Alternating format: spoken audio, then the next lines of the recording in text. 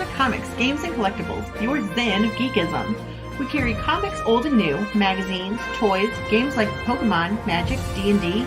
Want Godzilla, Ultraman, Star Trek, Ninja Turtles, Funko Pops? You'll find it all here. Shop our Cosmic Sound Room and pick up a record or two. Enjoy our Comic Coffee Lounge with a cup of Sasquatch coffee or a delicious menu item while geeking out over a super cool movie on our big screen. Come by and say hello to Maui. Cosmic Comic, Games and Collectibles. Superman loves us, and so will you.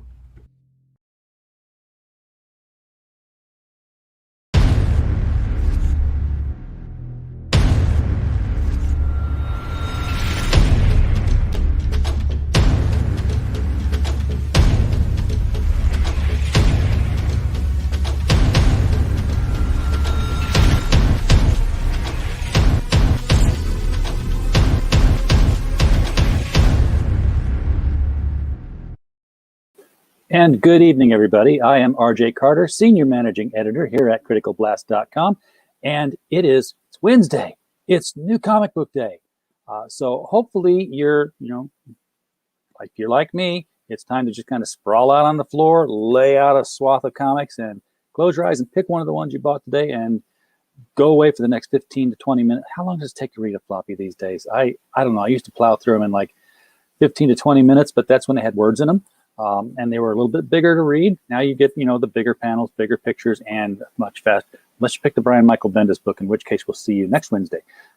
Anyway, New Comic Book Day, time to talk to a new comic book creator. And this one's a really new comic book creator for us because he's never been on the show before. So I have no background at all to work with, other than some really cool looking artwork here and a very moderate priced Indiegogo campaign. With us tonight, we have Mr. Sean Fry from 3B Comics. Sean in the house. How you doing, man? No, I'm doing good. Happy to be here. How are things in the Lou? I haven't been there in a week. Hot. Oh, yeah, I bet. Yeah, it's Yes, it can go from snowing one day to raining to hot all. Oh well, that's what Dave Murray on the weather forecast used to always say: if you don't like the weather, wait 15 minutes; it'll be something different. Yeah, I miss the place. I used to work downtown up till early last year, and then they sent everybody home, for the beer bug. Right. Everybody worked from your houses, and then the contract ran out, and I was still working from my house, and I got a new job, and I'm still working from home. So I haven't seen downtown forever. Did they finish the Ferris wheel? Yes, they did. I never got a chance to get on the darn thing. Yeah. Finished the layout for the arch, everything. Oh man. Yeah, they've been working on that project for forever. Yeah. I got to get back down. I think next time I drive home, I might just drive a little faster to get down there faster, so I can spend some time downtown and just look around before heading to the house. Yeah. But I am not familiar with too many publishers out of St. Louis. Right. But even as I say that, we just had one on like a week and a half ago. Merc Magazine. I don't know if you're familiar with their work or not. No, I'm not. I'm gonna have to look into them. Oh yeah, because I think you'd be surprised some of the names that are in St. Louis that you've read in comics over the many years. Of course, native Denny O'Neil passed away last year. Great St. Louisan and a great comics fan and creator. Yeah. And hopefully one day we'll be looking back saying, yeah, Sean Fry, man, that guy was creating some great comics. He's from St. Louis, representing. Yes. So your book is Youth Mob. Yes.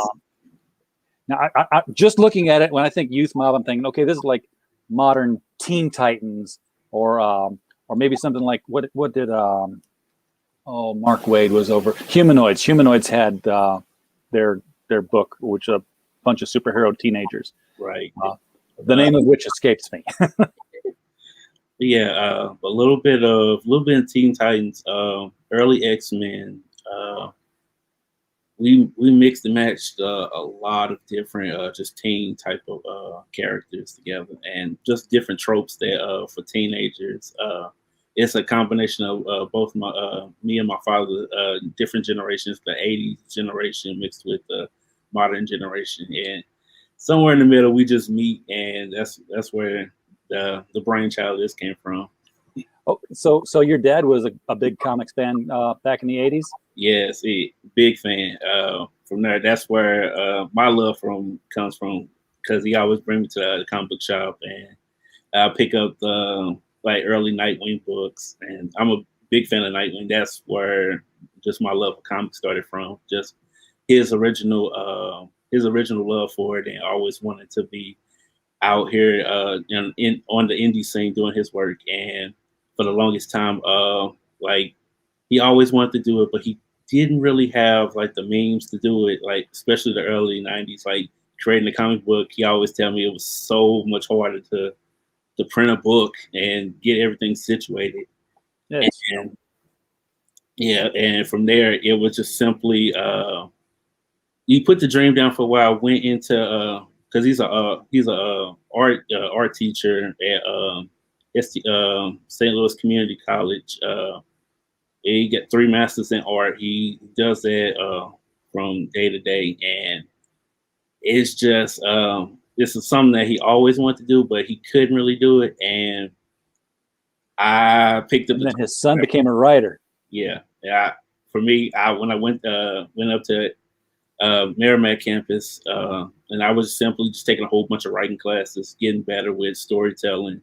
And I was like, I'm gonna do this. I'm gonna take this really seriously. Figure out how much everything costs and set up, and we're just gonna go from there. And I did a few shows, local shows. Everybody loved it. Got bigger and better from each show.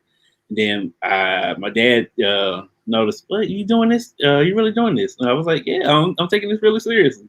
And whenever you get a chance, I want you to come on and we can do this together." And from there, it's been just a labor of love, and we've just been knocking stuff out. Awesome. We got some folks in the chat here just saying hello. The Jack Show is in the house. Mr. Malin, thank you for popping in. Appreciate your eyeballs here. Action Toys channel, hello to you too. So let me ask you, you actually got formal training in writing. Your father, formal training in art. Now, your father probably was drawing comic characters for years because of his love of comics. Yes. But with the formal training that you got in writing, did you find that had to be sort of like put aside a little bit when you started writing comic scripts just because of the format? I mean, it's not the William Shun manuscript format when you sit down to write a comic script. Right. And it was just simply I needed to get better at just forming the beginning, middle, and end, and setting up characters how I want, because usually a lot of times you create the character and it's like, okay, but that's nice, and what's their backstory, what motivates them, why are they a hero, why are they likable? And just there it was like, okay, so if I'm gonna really take this seriously, I got to really work on my character development with the characters and formulate, making them feel as real as possible. If I can make them feel as real as to me, I know I can get it across to the audience that picks up the story. And it's a tough transition with the from just writing and then pull it into a comic book, because you know what you want, and everything can't go into a comic. No, everything. You got to distill it down and condense that storytelling. Otherwise, you end up with like a 24 issue run that's nothing but Batman and Catwoman having dinner, because you've got that decompression going on there. And that sucks. Give us an adventure we can absorb in 22 pages. You gotta hit all your points. You gotta make sure what's important, what's necessary for the character development, and just lay it out with as much action as possible, because you want to hook the reader and make them feel as passionate about it as you do. And that, I think we got the right mix with this one. Awesome. So let's take a look at some of the characters you got here. Boy, I wish I could just show the thumbnail of the video on top here, because that's what looks really great. Well, it's right here, isn't it? Yeah, that's the cover of the book. It's okay. Is it a wraparound cover? Yeah, it would be a wraparound cover. Yes. Oh, awesome. That's fantastic. So let's go left to right and just introduce who the characters are. Okay, and simply we start with Goldie over here. She's the powerhouse of the group. She has her skin turns kind of similar to Colossus. Skin turns to gold. She can pretty much lift a tank but she's really just a really nice. We call her the bombshell that can take a bombshell to to the chest. Okay. And then we have Gabriel. We call him the angel character. He's basically a hybrid of angel and a little bit of Nightcrawler in like his personality. We wanted to make him like really, even though he looks real monstrous, he's really like a real gentle character. He doesn't let that. He tries to be as normal as we try to get him. Everybody treats him as normal as possible. They don't treat him like a freak or a monster. And from that, the next one is Otto. I call him the logo. He's the favorite of the bunch. Through his journey, you learn the most about him because he basically is a hero that comes from technically our like Justice League, and now he's a Teen Titan. He was like the youngster part of a Justice League type of group with his older brother, and now he gets a chance to be a leader and around his own peers. And the next one is my dad's favorite is Vibe. She's a little bit of cosplayer, a little bit of fashionista, just all that mixed into the social media. That's her personality, and she loves to be a superhero on top of that. And the next character is Amara. She is a real mystery character. We still like flushing her out, but her past is a little shaky, kind of similar to like the archetype like with Wolverine, where he doesn't really know his past or present. Didn't used to know it. Yeah. Yeah. And over the journey, she's gonna slowly put all the pieces together and become like a really fully fleshed out character. And that's the part of it we can just play with because we don't know exactly where she wants to go yet. We want to go with her yet, but once everything over the series goes out, you're gonna love the story for her. And then lastly, we have my local hero. He's a hybrid wrestler slash street fighter superhero. We mixed a little of his heritage is like Mexican wrestling meets street fighter, a little bit of a hybrid of Nightwing. Yeah, got some familiar looking points up there on the helmet. Yeah, it looks really cool. Now, does your dad use models or models, photos, images to work off of? Yeah, because it's all digital. He just sets the models up, lays them out, and then he just paints them over them. Okay. He knocks them out of the park each time. It's a new. Well, I won't say new. I guess other people have tried that approach, but it's an unusual approach. You don't see this all the time. Right. Like I said, Alex Ross uses models, but his is more. He sketches based on on the canvas and then draws on it. This is all digital. So. Yep. So. Go ahead.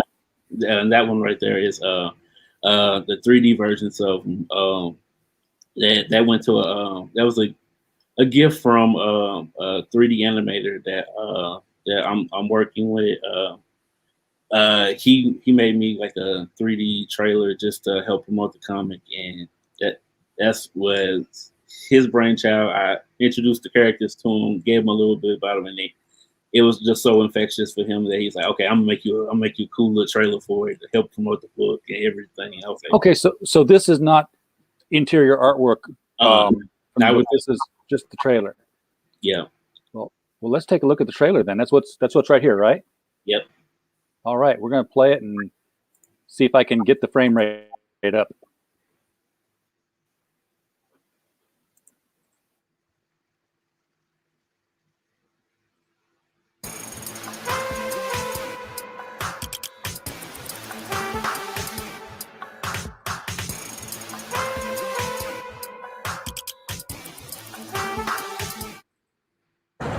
Capture the girl and bring her back alive. Your father took from me. I'm going to take from him.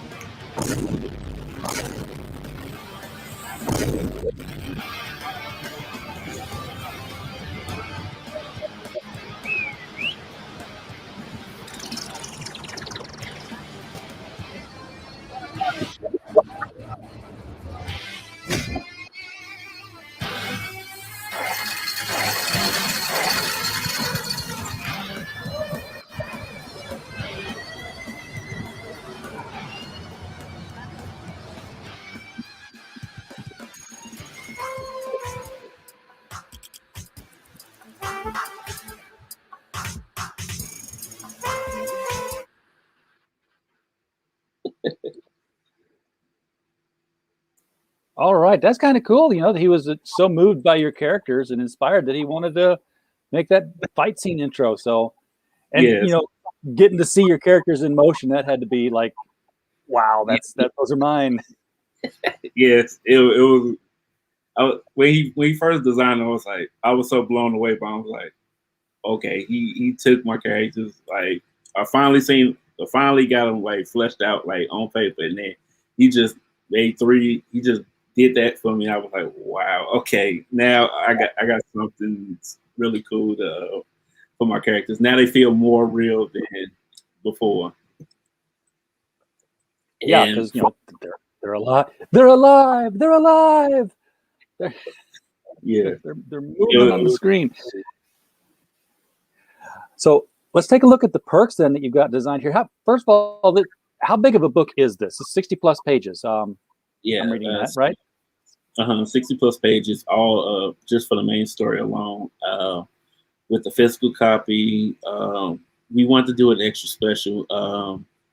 We added a few other stories just for the physical book as itself. $25 just for the physical, and then if you want the digital, it's $10, and it's just the main story, just for digital. And we want to make something really special. Like when you get to hold the book, you get as much money, as much bang for your buck with that story. It's a labor of love. So we decided before we was like, okay, this is for the digital, this is for the physical back. We want to give them as much story, get them excited for the character as much as possible, and that's what we came up with. All right, I'll tell you what I love about this campaign. The featured tier is the book. Yes, that's how you do it. Yeah. What are you selling? The book. Yep. We don't need the welcome wagon gift basket with the youth mob meat log and the youth mob flower basket, and it's just like just the book. Yeah, because you can do add-ons. It's possible. Of course, you can tip $1. Now, who's drawing the chibis? Is your dad drawing chibis as well, or is all the RCs? Man of many styles? Then, yeah, chibis are popular. And you got some booster packs. Now, booster packs are for a card game. What's going on with these? I researched and I was like, okay, I'm gonna do like just a little trading card packs. I figured out how to get it. It comes with a few trading cards and it's wrapped up in a nice little booster pack. And I was like, okay, that's cool. That'd be a really cool perk. There's a lot of campaigns just give you the one card. You could get a couple cards wrapped up in a nice little booster pack. Some more character specs and stuff. Yeah. And you got the digital version. The digital version, it's just the $10 just for the regular digital version, and we had a little higher one. It was our other books from our Kickstarter campaign that we added on to. You get the digital versions of those. Okay, so yeah, because this isn't your first rodeo here. Right. You got your Team Apex digital comic and your Natural Lights digital comic. So you can get 3 digital comics for $30. I know we have some folks in the chat that digital is what they have to do. Yeah. So they're always appreciative of seeing a digital option. Is Youth Mob the first time you and your dad have collaborated, or are these 2 books the ones he saw you doing and then jumped on the bandwagon with you? We did all of these books. We basically retold all my stories that I did, and we just repackaged them, mainly in his style. And that's we did them because we tried to do them in like all 0 books. So these are all the jumping off points for our universal characters, and the Youth Mob one just became our one that's like, okay, this is going to be the main flagship property of the 3, but all 3 of them exist in the same universe of characters then. Yep. And they all, we try to make everything fit in one, so everything fits into a bigger piece, even though you can read one series and understand what's going on in the other series without picking up each issue. We want just make it so it's accessible, so you know exactly what's going on in this story and the broader universe at the exact same time. It's like 70s and 80s Marvel and DC when they used to know how to do comics. Yeah. I'm a little down on the mainstream these days, if you haven't picked up on that. Yeah. But you know, I was born in '67, and I started reading at age 4 off of comic books, and nobody at school knew I could read because I just thought everybody could. But you know, so I've been at it for a while, reading comics, and that's and I can see the changes that have come into the industry, and I'm not crazy about all of them, but the indie stuff is taking me back. Yeah. You can get you can get all 3 of the comics in a physical bundle too, Yeah. not just digital. Yep, So, and if you want to do it, it's just all 3 zero issues in the physical bundle, nice little package all together, and you get to catch up on pretty much everything we worked on in the last 2 years. All amazing stories, and you just plugged away in. yeah, I'm looking at the stretch goals here. So you had a $500 goal, you hit that. I don't know how much work that was, but you. Yeah, that was a lot of work, especially when because we basically brand new, even though we've been around for like 3 years now. That's like the hardest thing. Like the main thing we want to work on was just getting our quality up on our work, and from there, we slowly want to plug away at it. We're like, okay, eventually somebody's going to see us, and we're going to get this promotion part right and plug away. But the main thing was make sure our quality was top tier, and they gonna find us. people gonna find us. I like your stretch goals because they're in reverse order. First of all, it's like, let's shoot for the moon first. The $10,000 animated episode of Youth Mob. Yes, that's the highest tier. That's what we planning to just do a full like 22-minute cartoon, just like how you watch. It's a nice little pilot version of the characters. We wanted to make it just like a TV show, just the first 22 minutes of it, and that's the project that we're working on. And then we're gonna just probably put it on YouTube and promote it from there. Just make it so everybody can see it, and then later just keep building from there. That'd be pretty awesome. Yeah. The next one after that was a shot for shot book. It's pretty much everything from the animation with little commentary from from me and my 3D artist, and it's just all his little notes of what he wanted to do with that scene. Because originally we had that scene first before it got edited into the book. So it was like, okay, it was so cool. He presented the characters like, oh, we got to add this into the book. So we just finally got to that part of the book. It's the 40-page mark of the 60, and it's just everything from the animation now. And we was like, we gotta make this canon. It's gotta make sense. We can't just have this feel different from that, and we gotta plug it in, make it feel all one. Yeah, you gotta. We haven't even asked who that toy-based villain character was that we saw in the trailer. Yeah, his name is Knick Knack. We wanted to do. He's a hybrid of Riddler and a little bit of Toyman. And yeah, I like it. Yeah, it was like we wanted to do him. It was like, okay, we're gonna do like we're gonna do a hybrid of like the Adam West Batman Riddler. It was like we're gonna make them really fun. Because that's pretty much the one everybody knows. It's kind of goofy, because we want the heroes to be taken really seriously, but they villains kind of a little bit of goofy, but serious at the same time. It's sort of like, what if Frank Gorshin played Arcade? But yeah, that's exactly what we want to do. We want to capture fun and serious at the same time. That's the tone that we're going for everything. So, right. And for $3,000, you get a free 3B magazine. So you guys have a magazine out too. Yes, we're working on a magazine out, putting it together. Just preview a few things that we're working on in the future, but mainly it's going to be the Youth Mob We got 13 books planned out. Because we just started with this, we are gonna do this book, and then it was just gonna be a zero. Then we was gonna work on another book, but this one got so infectious that we was like, okay, we gonna shelve the other books for now, but this is gonna be the flagship book going forward because it hits a whole bunch of different demographics. You gonna love it from an old fan, and then you want to pass it down to your kids and have them read it, and they become new fans of it too, along with you. So we just tried to hit as many different demographics with it. And I'm looking over to the right here. You can see that 3B magazine is part of the Youth Mob collector's box here. Yep. So for $100, you get a physical copy of all 3 of the books that you've done so far, well, including Youth Mob, which is still being worked on. Yeah. The 3B magazine, 2 packs of the cards, and it's going to come in a branded box packaging here. Yes.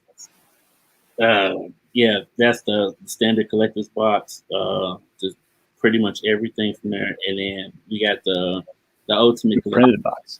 Yeah, that has the characters on it, designed it up, all the books, a few more trading cards, and the magazine as well. Very nice, very nice packaging. It looks like here. How close are you to being finished with Youth Mob? Where's it at the production? We're pretty much 90% done. Yeah, we're like another month away. We just got to knock out the rest of the main story because we have the 40 pages now. So okay, we got to just knock out the last to get to 60, and then finish the backup stories. And they like 12 and 2 8-page stories in the back of that, and that's just for the physical books, and just having fun with it. Because we wanted to present something that we would love too. Because if we can present something that we would get, the fans gonna love that, the extra love.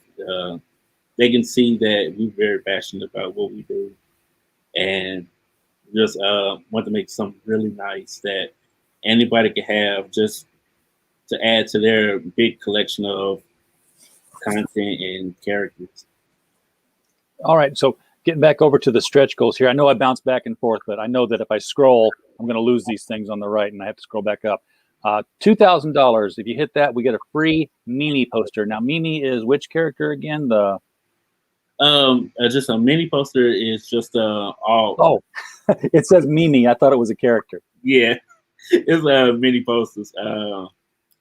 It's just a little 11 by 14 mini poster thrown in to for the just to show off the characters. Got it. Yeah, group. That'd be cool. I'm up for that. I need more. I got a lot of wall space with nothing on it, so more mini posters the better. Yeah, perfect to add to it.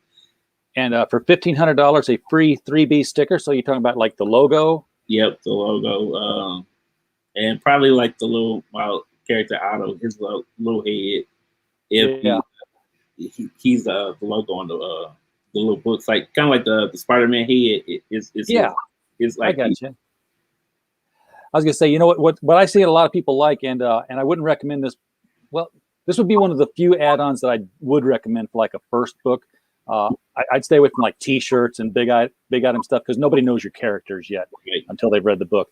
But smaller things that they'll take a chance on are like the stickers, the character stickers, and people really love the chibi stickers. And since your dad's really good at drawing those as well, if you had a set of the Youth Mob chibis, that would be maybe something to consider. Yeah. And then you'll get a free 3B trading pack. I assume you mean the cards. Yep. You get another pack added on to your physical purchase. So yeah, if you bought the Ultimate Collector's Box here, you would get 5 packs of cards in your set. So let's get that sucker up to 1,000 and start buying some. Look, you've already had one person. They want 5 packs of cards, so they need to start sharing this out and telling their friends to get in here and back this thing. Yes. So here we're getting a few pages from the pages that are completed. This guy looks hulkish, but he looks Mexican wrestler hulkish. Right. His name's Sir Sun. He a little bit of like Juggernaut with a hybrid of the Hulk. He's like a real fun character, just a big muscle bound character that introduces you to the world.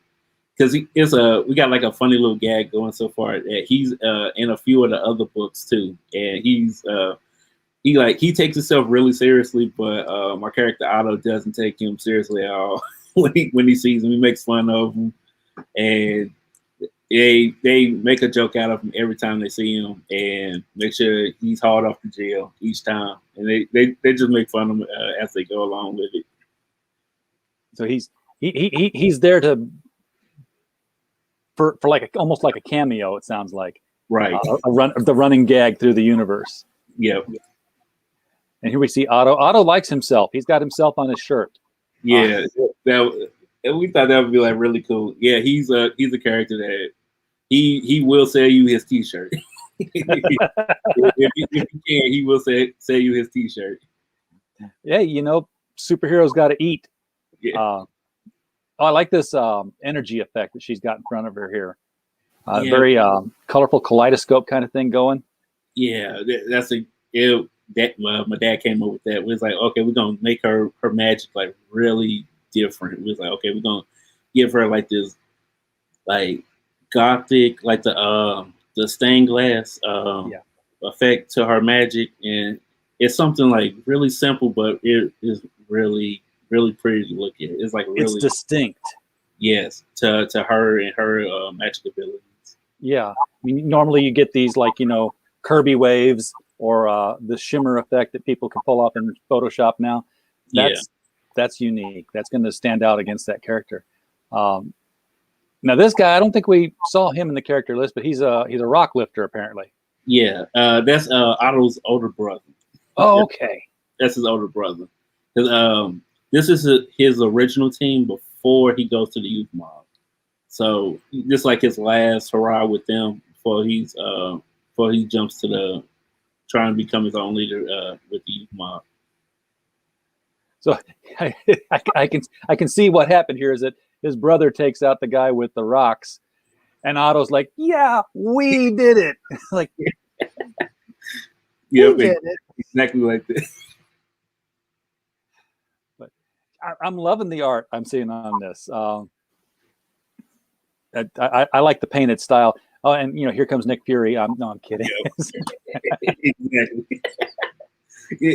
Because if you have a universe of superheroes, you have to have a Nick Fury type of character. You have to have it because it only makes sense. You need some type of character like Amanda Waller or something. You need a government agent type of character that walks both realms of being just over the top type of spy type character and hangs out with superheroes at the same time. And here's picture the creative team. Your dad. This was the original Youth Mob before your dad got a hold of it. Yep, that's the original book right there. And were you drawing that? Yeah, that was all me in the original book. And stick to writing, Sean. Yep. for right now, you'll get there. You leaps and bounds improvement. Yeah, I'm sure you knew that. So, did the lack of conventions this year put a crimp in getting the word out on the book? Yes. It was a big damper on it because 2019 it was like really big. I did like 15 shows throughout the year and actually had like a cool spot in a local radio show, just promoting everything I've been working on.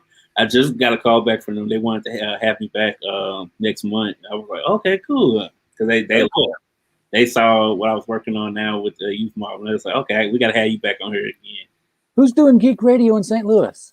Yeah, it's like a little jazz station that they plug away. I can't remember the station itself, but it was like a little jazz station. And I met them through a friend that just loved comics and wanted to hear just somebody local talk about comics. And I'm like, okay, cool. I've never had an experience like this before, but it was real fun. Yeah, because I knew that Max Foisey used to be on different networks down there. ran a movie show on Saturdays.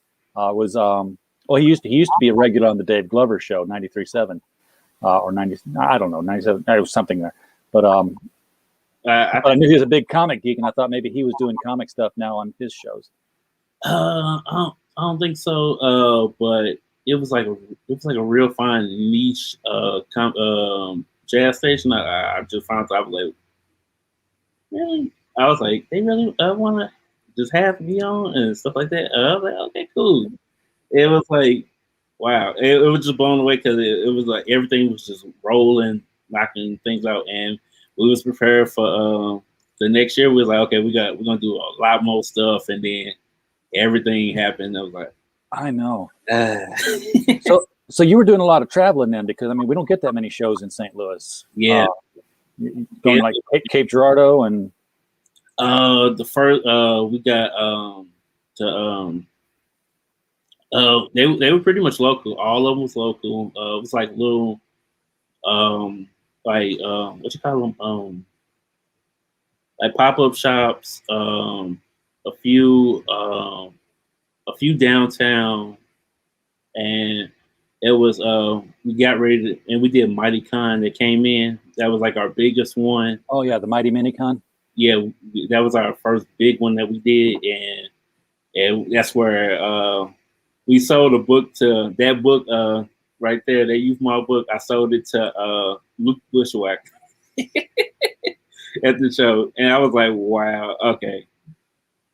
It was like, okay, we like, oh, we actually made a sale to a wrestler, because my little sister was just talking to him, and he's like, what you doing, stuff like that. And I was like, I make comics, and he was like, oh, cool. He looked through it, bought it from me. I was like, wow, I got somebody to buy it. I got a wrestler that bought it, and it was cool. And I was like, okay, cool. I was like, can I get a picture with you? It was like, yeah, you can get a picture with it. And he held it up for me. I was like, nice. Okay, I got a cool promotional thing.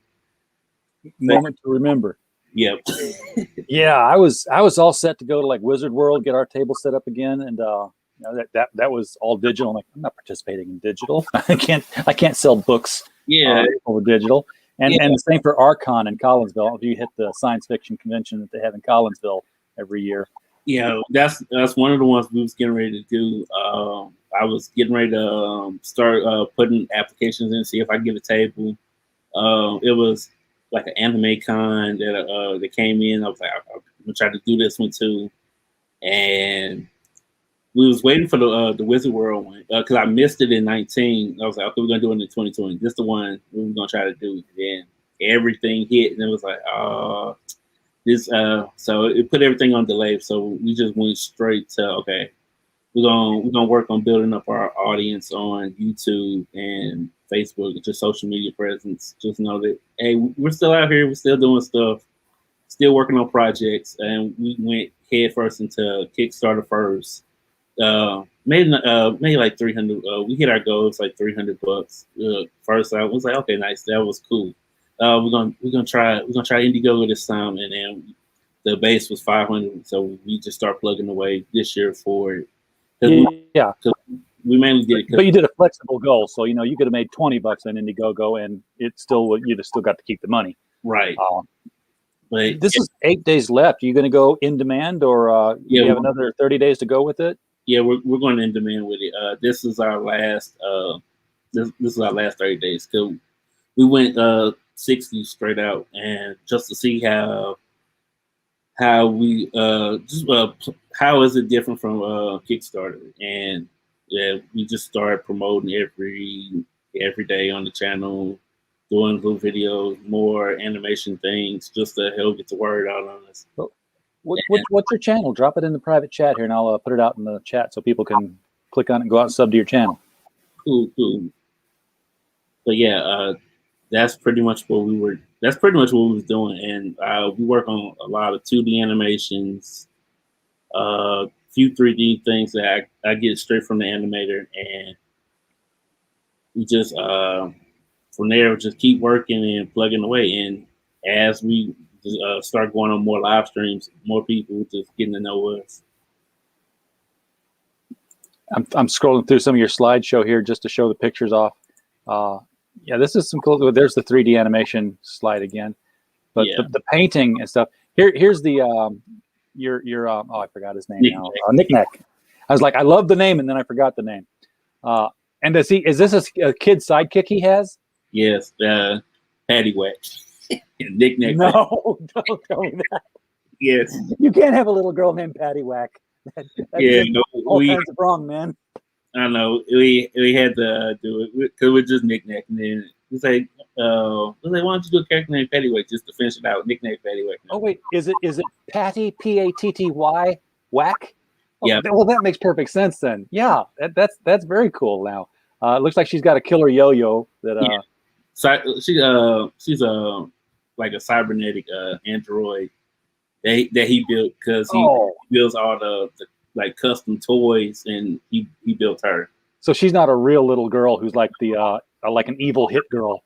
Yes, that's exactly what we was going for with that. I love the look. I love the aesthetic of this whole thing. This team shot here. I love the idea too of a cosplayer being a superhero, because I've had that thought before. Like, what if you were a cosplayer and you got superpowers? Yeah. Would you change your costume every time you went out just because you could make something different, and no one would know who you were because you were always different looking? Yeah. But the thing with her, those are her colors. Like she'll have different outfits, but it's in those colors. Because those are her colors, her distinct colors. She's got that fuchsia violet thing going on. Yeah, that was my dad's design for it. It's like, okay, that's gonna be her thing, because we was doing when he was thinking about her, he was thinking about the White Witch from X-Men, Emma Frost. He was thinking about her. Oh yeah, okay. How even though the rest of the X-Men have their uniform, she's only in white. So that was like, okay, this is gonna be her thing. She's just, these are her colors. She only wears these colors with her outfits. The outfit will vary, but it will still have those type of colors to it. Sweet, Robert. I think he's talking about the Knick-Knack and Paddywhack. It's a sweet comic book name. That's the best instant classic comic book name I've heard in years. And I got to agree. Don't kill those characters in any way whatsoever. You've been shooting the golden goose there. No, we don't want to kill them. And of course, yeah, it would be very cool if fans would cosplay the superheroine. Well, you'd be cosplaying a cosplayer. That would be sort of meta. Can you imagine now when you're set up at a table at a convention and somebody walks past and they're one of your youth mob characters? Yeah, that's going to happen. Yeah, it's going to be a surreal moment. Hey, get on Shay the Red Stream and it'll happen during the show, because she takes advantage of the opportunity to plan ahead, and she'll read the book and she'll put a cosplay together of one of the characters and then interview you about your book while dressed as your character. That would be so cool. We'll get you referred to her and see if she can take you up on that. Yeah. So, and the third video that's up there is just the artwork. We made like just a trailer of the artwork. This all the that we've done so far.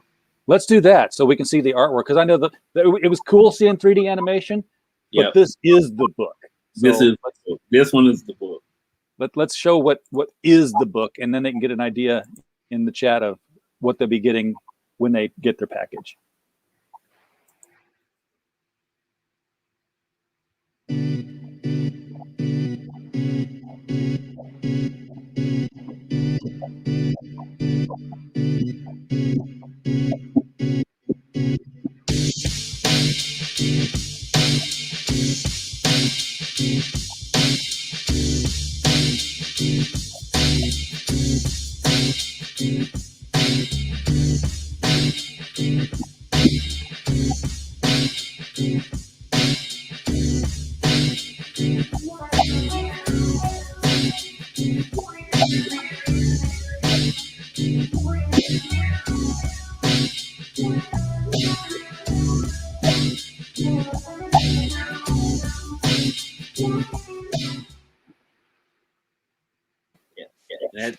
That's cool.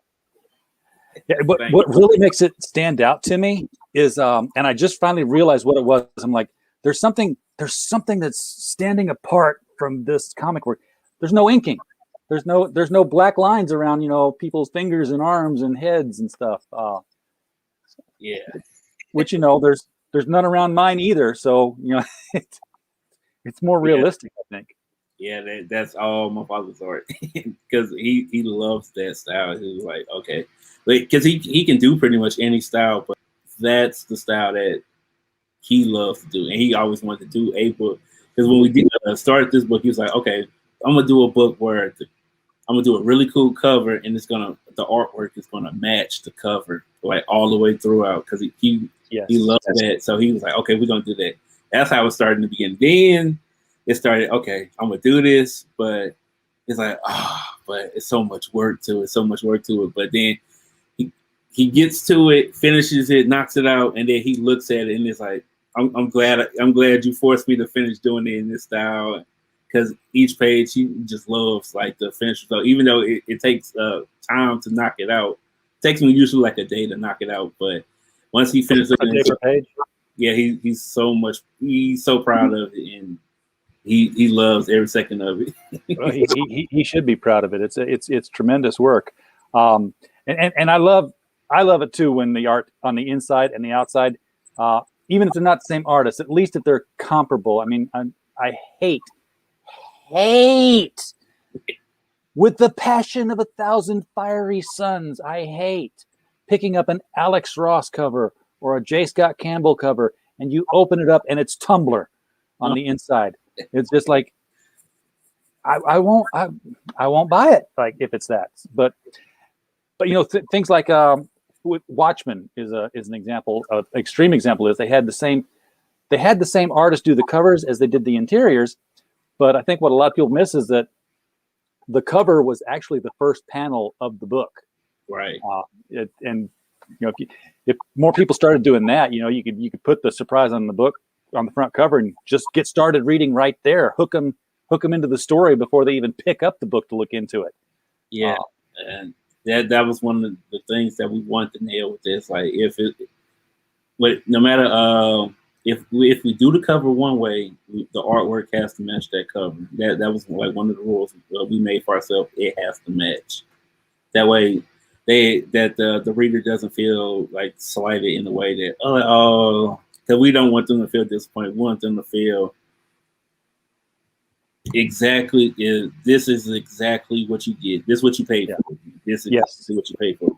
Like the main story throughout the series will always look like that. That painted style, that's the main story.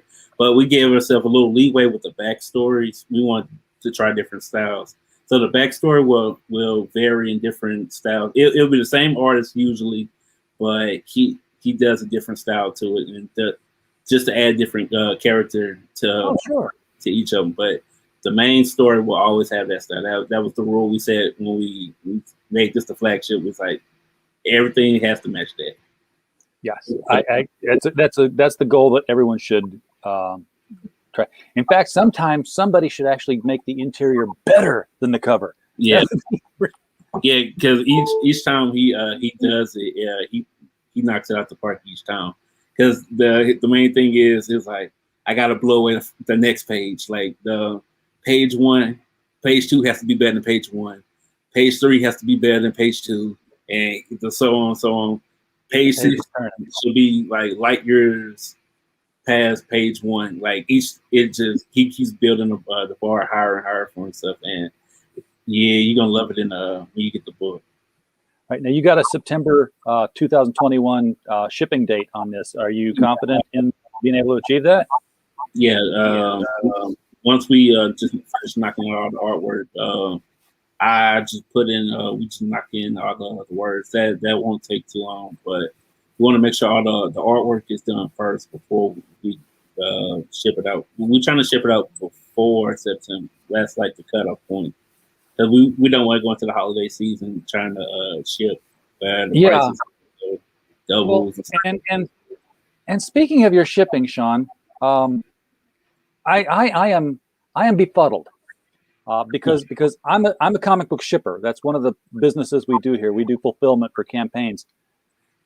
How the holy heck are you shipping for $2 in the United States? You sticking this in a Ziploc bag or something and putting it out? I mean, come on. Nah.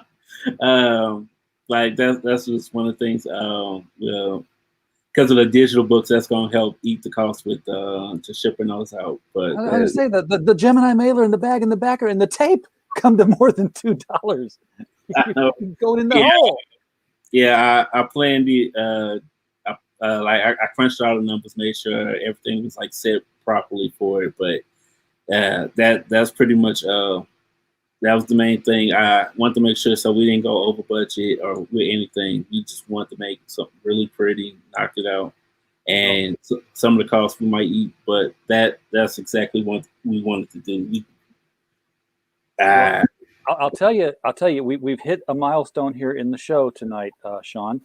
We've hit our shake and bake moment, and I don't know if you've seen any of our other streams, but we do have our shake and bake moment, and that happens anytime during the show when somebody backs the book.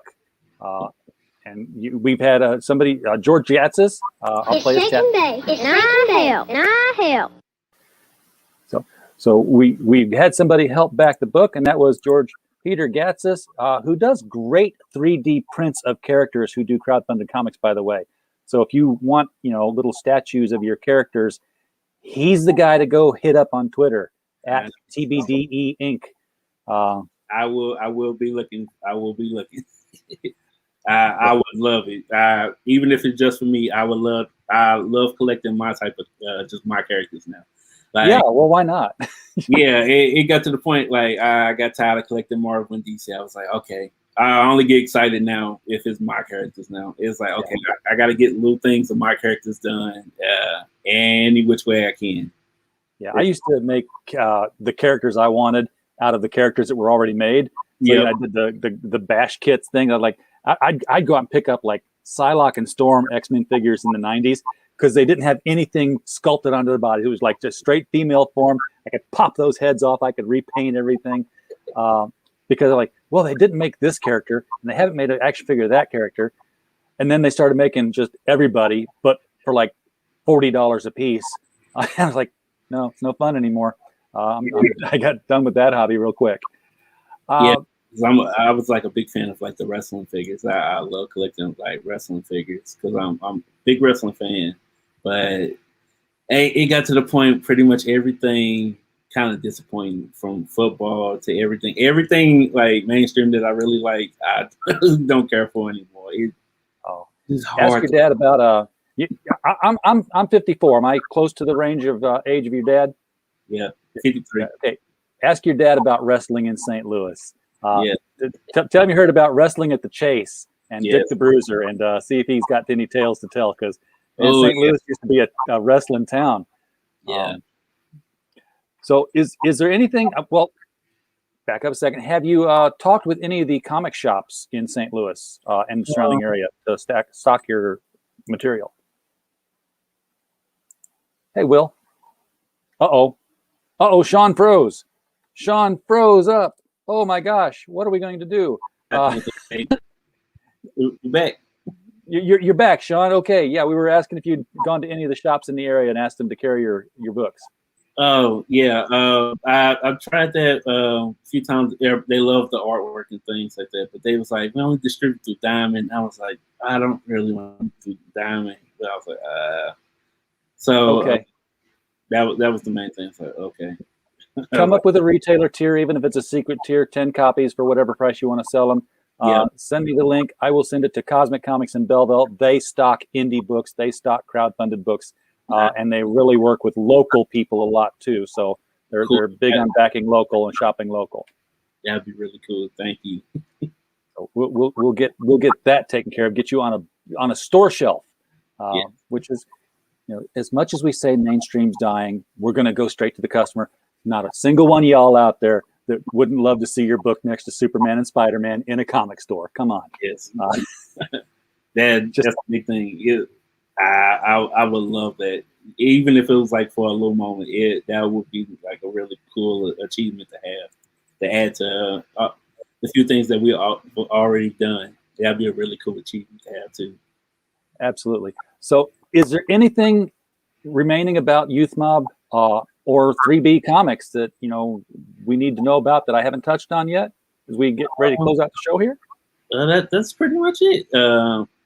And you can.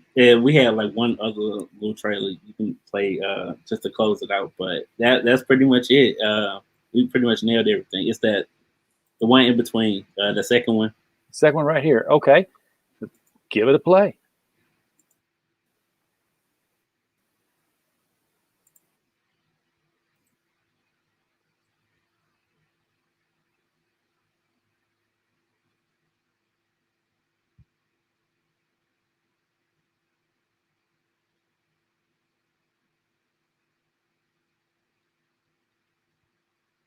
Did it play? Did it freeze?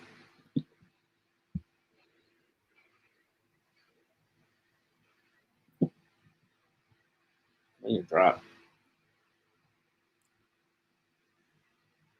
I think it froze.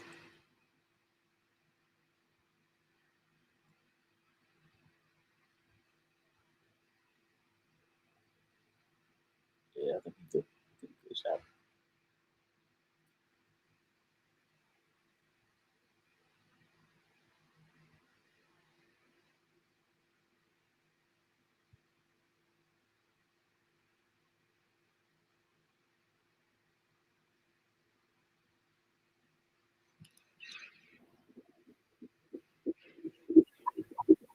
Is there no sound to this? Oh, it ain't sound. I made sure the sound was turned on this time, and it's Konnichiwa. Namae wa Bible Desabi Youth Mob. I'm here to bring you good vibrations. Oh, and another thing. To let you know to join my friends and I in our journeys to become the best superheroes we can be. Our stories will be full of excitement and tiny llamas. Look, how cute. Ah, so adorable. And don't forget to back Youth Mob only on Indiegogo. Sayonara for now. Anata wo aishitemasu. That's pretty much it. That's all I have. That was pretty cool. I was like, she's like a real streamer. I was like, waiting for her to get in the hot tub and do some asthma. Yeah, that was pretty much like the last thing we got to work on. That nice little cool little mini trailer. Just the character herself telling you to back the book. Awesome. Well, John, if that's it, I'm just going to say, thank you for coming on, bringing Youth Mob to us. Glad we were able to push it a little bit. I'm going to push a little bit more here in a little bit because it's going on my shopping list. So I don't do it online. I don't like to throw my credit card out there on a live stream. It's probably a bad idea.